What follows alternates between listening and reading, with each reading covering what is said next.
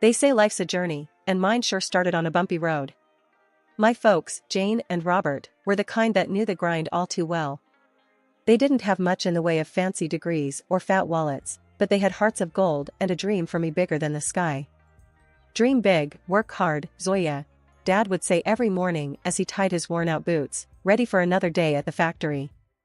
Mom, with her gentle smile, would pack my lunch, her hands rough from years of juggling odd jobs. I was their golden ticket, their dream of a better life, and they poured every penny they could spare into a jar labeled her future. It wasn't just loose change, it was their sweat, their hope, and their love, all clinking together in that old glass jar. High school was where the rubber met the road. I hit the books hard, determined not to let my folks down. Evenings were a family affair, with Mom quizzing me on my homework and Dad sharing stories about the value of every hard-earned dollar. Then came the letter that changed everything. A thick, fancy envelope with the words admission confirmed printed on the front. I'd made it into one of the top colleges to study financial analysis. The joy in our little house was palpable. Mom cried, Dad hugged me so tight I thought I might break, and that night, we had a celebration dinner, nothing fancy, just our favorite stew, but it tasted like victory. College life was a whole new world. I was a small fish in a big pond now, but I wasn't about to float, I was there to swim. To keep afloat financially, I started tutoring. It was during one of these sessions that I met Mike. He was a bit rough around the edges, always had his cap on backward, and seemed more interested in cracking jokes than cracking books. You know, you'd learn faster if you stopped trying to make me laugh all the time, I chided him during one of our sessions. Mike just grinned, that lopsided grin that I'd soon learn to love. And you'd be less stressed if you laughed a bit more. Balance, you know? Our study sessions soon turned into long conversations, laughter, and eventually, something more. He was different from anyone I'd ever met, he had this way of looking at life, unfiltered, unpretentious, just real. But life's not just about the good times, is it? It's about the grind, the hustle, the unending push to keep moving forward. That's what my parents taught me, and that's what I was determined to do, Mike by my side or not. Life after college was like stepping onto a whole new playing field. I landed a gig at a top firm right off the bat. All those nights hitting the books paid off, and I was ready to roll up my sleeves and dive into the world of finance.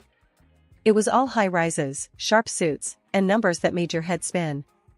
And let me tell you, it felt good. Real good. Mike, on the other hand, he was treading water. Jobs for him were like buses, you miss one, and you're waiting ages for the next. When he finally landed something, it was clear his paycheck wasn't gonna stack up against mine. At first, it hung in the air like a bad smell.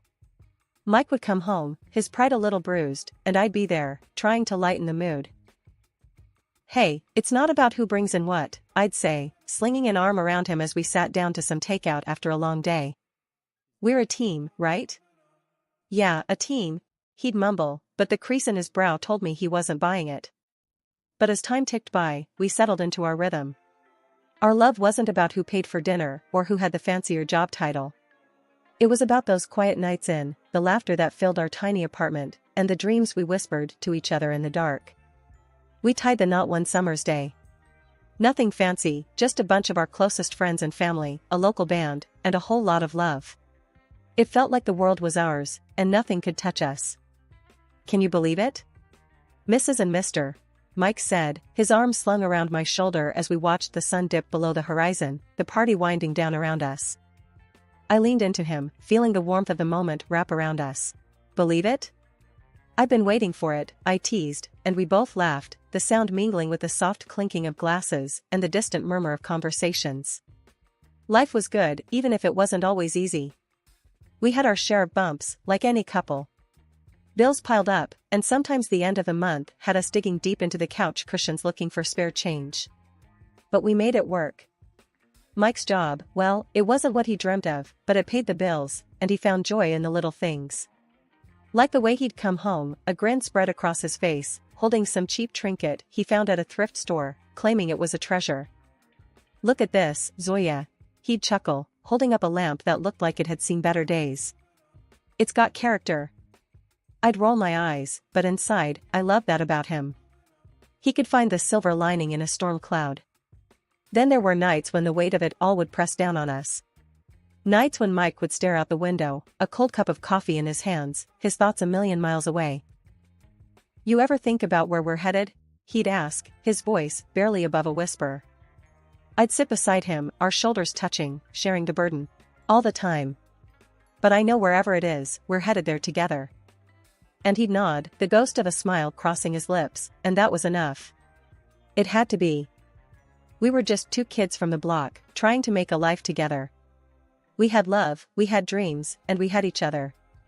And back then, that felt like enough. Stability's a funny thing, you know?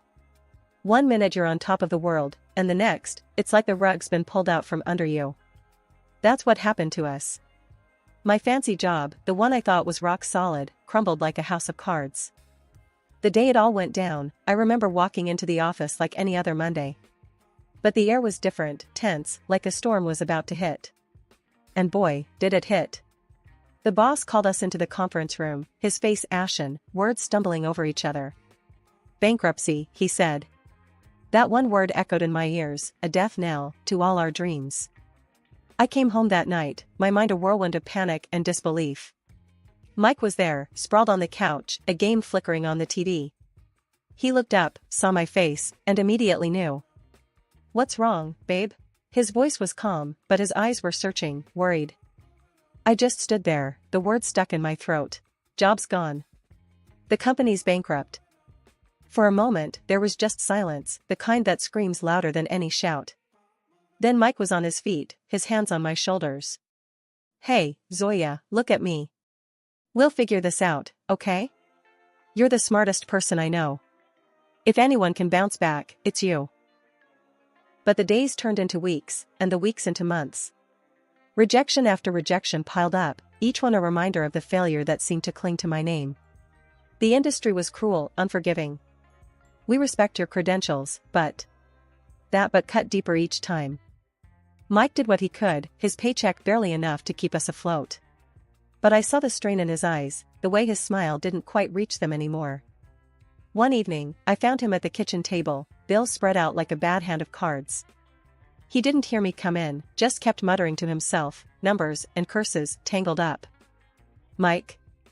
He looked up, his face drawn, tired. "How did we get here, huh? Used to be we worried about what takeout to get, now it's about which bill can wait till next month." I sat down, took his hand.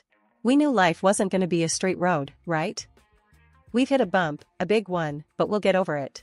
Together." Mike shook his head, a bitter laugh escaping him. "Together? Look at us. You're jobless, and I'm barely scraping by. This isn't what we signed up for." His words stung, a slap of reality I wasn't ready for. "So what, you're saying I'm not trying? You think I like being stuck here, useless?" "No, that's not what I mean." He ran a hand through his hair, frustration etched in every line of his face. "It's just hard, you know? Feels like no matter how hard I paddle, we're sinking."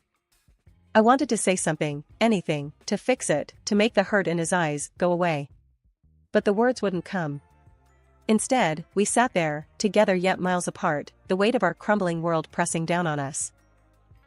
Betrayal, they say, cuts deeper than a knife. It's a wound that festers, a poison that spreads until everything you once held dear is tainted. That's what it felt like when Mike turned on me. It started with snide remarks, little jabs here and there. At first, I tried to brush it off, chalk it up to stress, to the pressure we were both under. But as the days dragged on, those jabs turned into full-blown attacks. Another day, another stack of rejection letters, huh? Mike's voice was harsh, nothing like the warm tones I fell in love with. I looked up from the pile of envelopes on the table, my heart sinking. "I'm trying, Mike. You know I am." He snorted, a cold, mocking sound. "Trying? What good is trying if it gets us nowhere? You know how much I'm stretching every dollar to keep us afloat here?" I felt the sting of his words, the unfairness of it all burning in my chest. "You think I don't know that? You think I like sitting here, feeling like a burden? A burden? Well, if the shoe fits." His words were a slap in the face, a confirmation of my worst fears. I stood up, my hands shaking. "I can't believe this. After all we've been through, this is how you talk to me?" Mike's face was hard, unyielding. "Face it, we're sinking and you're just dead weight. I'm done carrying you. That night was the longest of my life. I lay in bed, staring at the ceiling, the echoes of Mike's words haunting the silence. I thought about everything we had been through, all the dreams we had shared. And I realized that the man lying next to me, the man I had built my life with, was a stranger to me now. The final blow came a few days later. I came home to find Mike in the living room, but he wasn't alone. The woman with him was young, too young, with a smirk that made my blood boil. "Oh, look who decided to grace us with her presence," Mike sneered as I stood frozen in the doorway. The woman giggled, a high, grating sound. "Is this the famous wife? The one who can't hold down a job?" I felt the room spin, my heart pounding in my ears. "Mike, what is this?" Mike stood up, his eyes cold. "This is me moving on.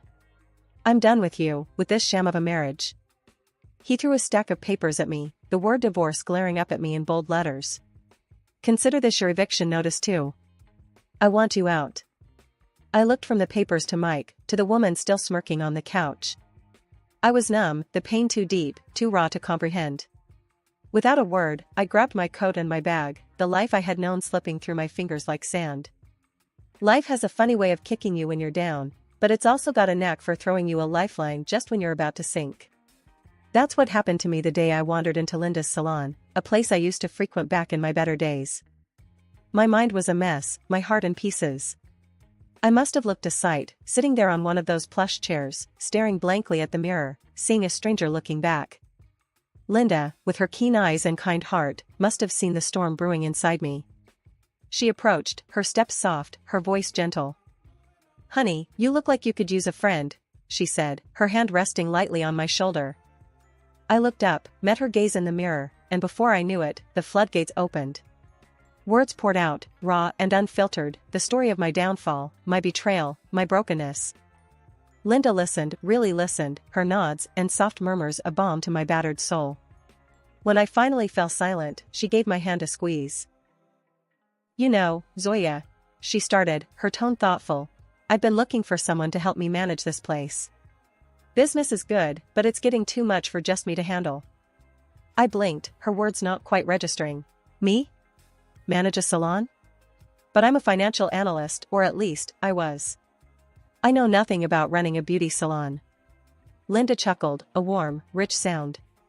"Oh, honey, skills can be taught, learned.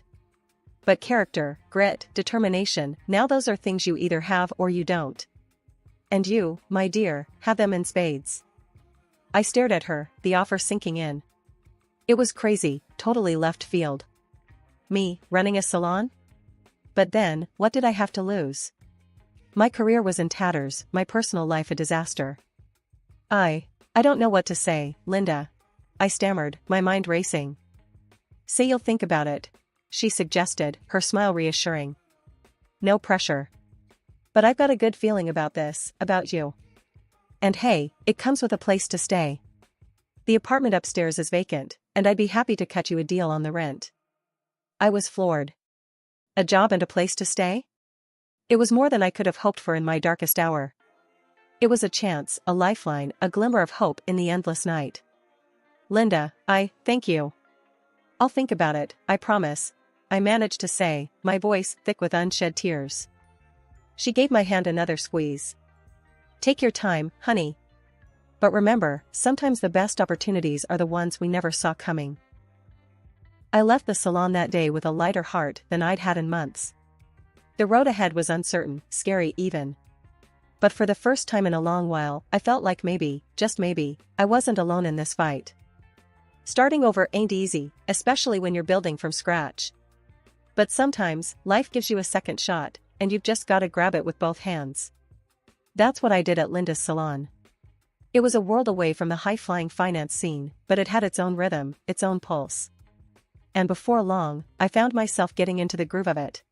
Linda was more than a boss, she was a mentor, a friend. She showed me the ropes, from managing bookings to handling the most colorful of clients. I threw myself into the work, letting it consume me, heal me. One day, after closing, we sat down, a couple of cold drinks in hand, going over the accounts. The numbers were looking good, better than good. "You've got a real knack for this, you know," Linda said, her eyes sparkling with pride. I shrugged, a small smile playing on my lips. Guess I've always been good with numbers. And people.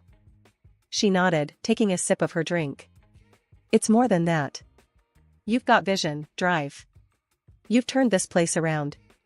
Heck, you're pulling in clients like I've never seen before. I chuckled, the sound surprising even to myself. Well, desperate times call for desperate measures. I just figured, why not try something new? What did we have to lose? Linda's smile widened.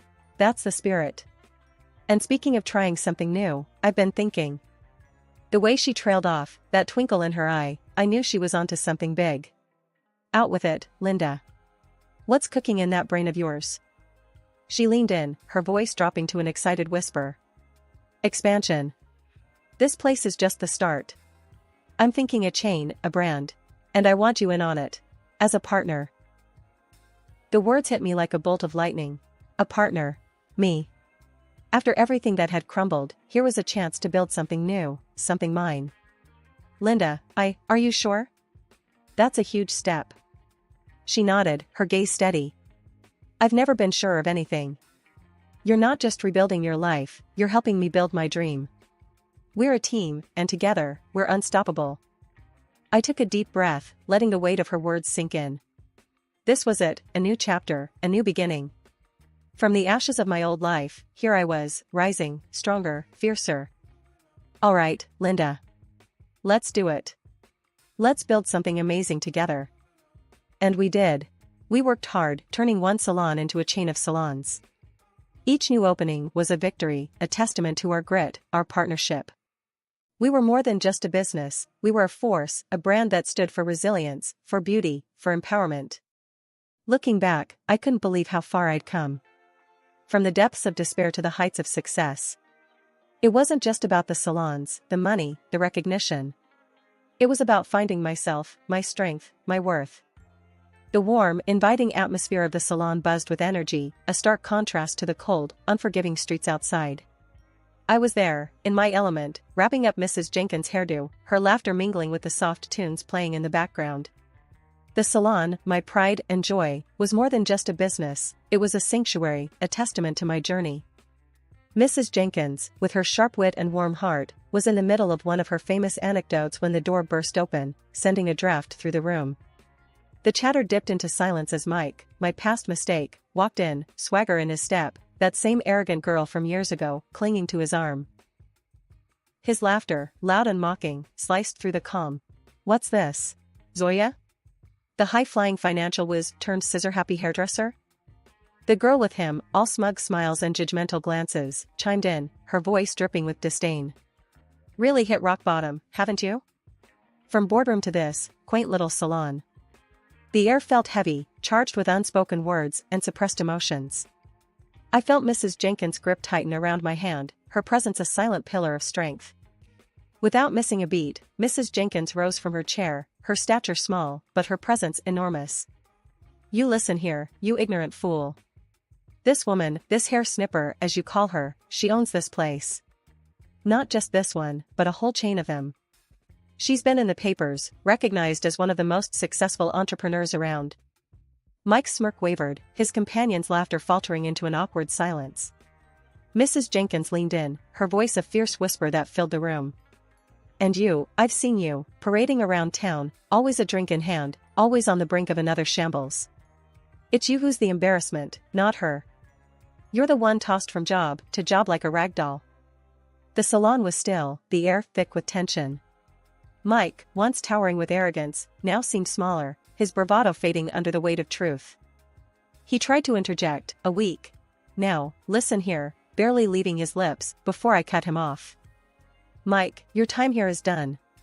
You chose to walk out of my life, and that's where you'll stay. Out. You're not welcome here, not in my business, not in my life. His eyes met mine, a flurry of emotions passing through them, anger, shame, maybe a hint of regret. But it was too late.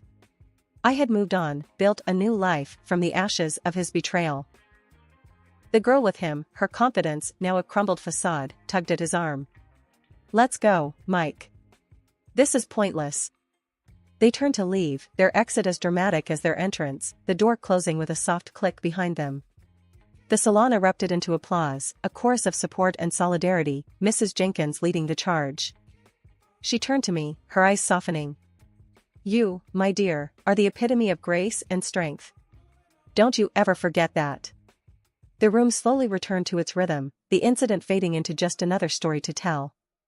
I looked around, my heart swelling with pride. These walls, these people, were a part of my story and narrative of resilience, of rebirth. After the door closed on that chapter of my life, the salon, my sanctuary, felt even more like a haven. Linda, ever the pillar of strength and wisdom, sidled up to me as I was tidying up for the day. Her smile was as warm as the sunshine peeking through the windows. "You did good today, real good," she said, her eyes twinkling with a mix of pride and mischief. I chuckled, shaking my head. "Good? I feel like I just went 10 rounds in the ring." "Ah, but you came out on top. That's what counts," she insisted, giving me a gentle nudge. "And speaking of coming out on top, I've been thinking." That tone, that look in her eye, I knew it well. It meant Linda had another one of her grand ideas, the kind that had turned this salon from a dream into an empire. I leaned on the counter, my curiosity piqued. "Out with it then. What's brewing in that brilliant mind of yours?" She leaned in, her voice low and conspiratorial. "Expansion is great, we've nailed that. But what about branching out even more? I'm talking product lines, training academies, maybe even a reality show. Sky's the limit." The idea was bold, daunting, and utterly thrilling. The thought of turning our brand into something even bigger, touching more lives, igniting more dreams, it set my heart racing. "Linda, that's huge," I stammered, the magnitude of her vision dawning on me. "You really think we can pull it off?" She scoffed, playfully swatting my arm. "Think? Zoya, I know we can. Haven't we proved that already? We're a dynamite team. With your brains and my charm, we're unstoppable." Her confidence was infectious. I felt it, that familiar flare of excitement, the spark that had ignited my journey from the ashes of my past life. "All right, Linda. Let's do it. Let's shake things up and see where we land." Her grin was all the answer I needed. We were in this together, ready to take on the world, one dream at a time. As the salon emptied and the lights dimmed, I took a moment to reflect. Life had thrown curveballs, heartache, and challenges my way. But it had also brought me friendships, triumphs, and a future bright with possibilities. I locked the door, the click echoing in the quiet street. The night was still, the stars overhead a silent chorus of witnesses to my resolve. Tomorrow was a new day, a new chapter. And I was ready for it, ready for the challenges, the adventures, the highs and lows. Ready to build, to dream, to soar.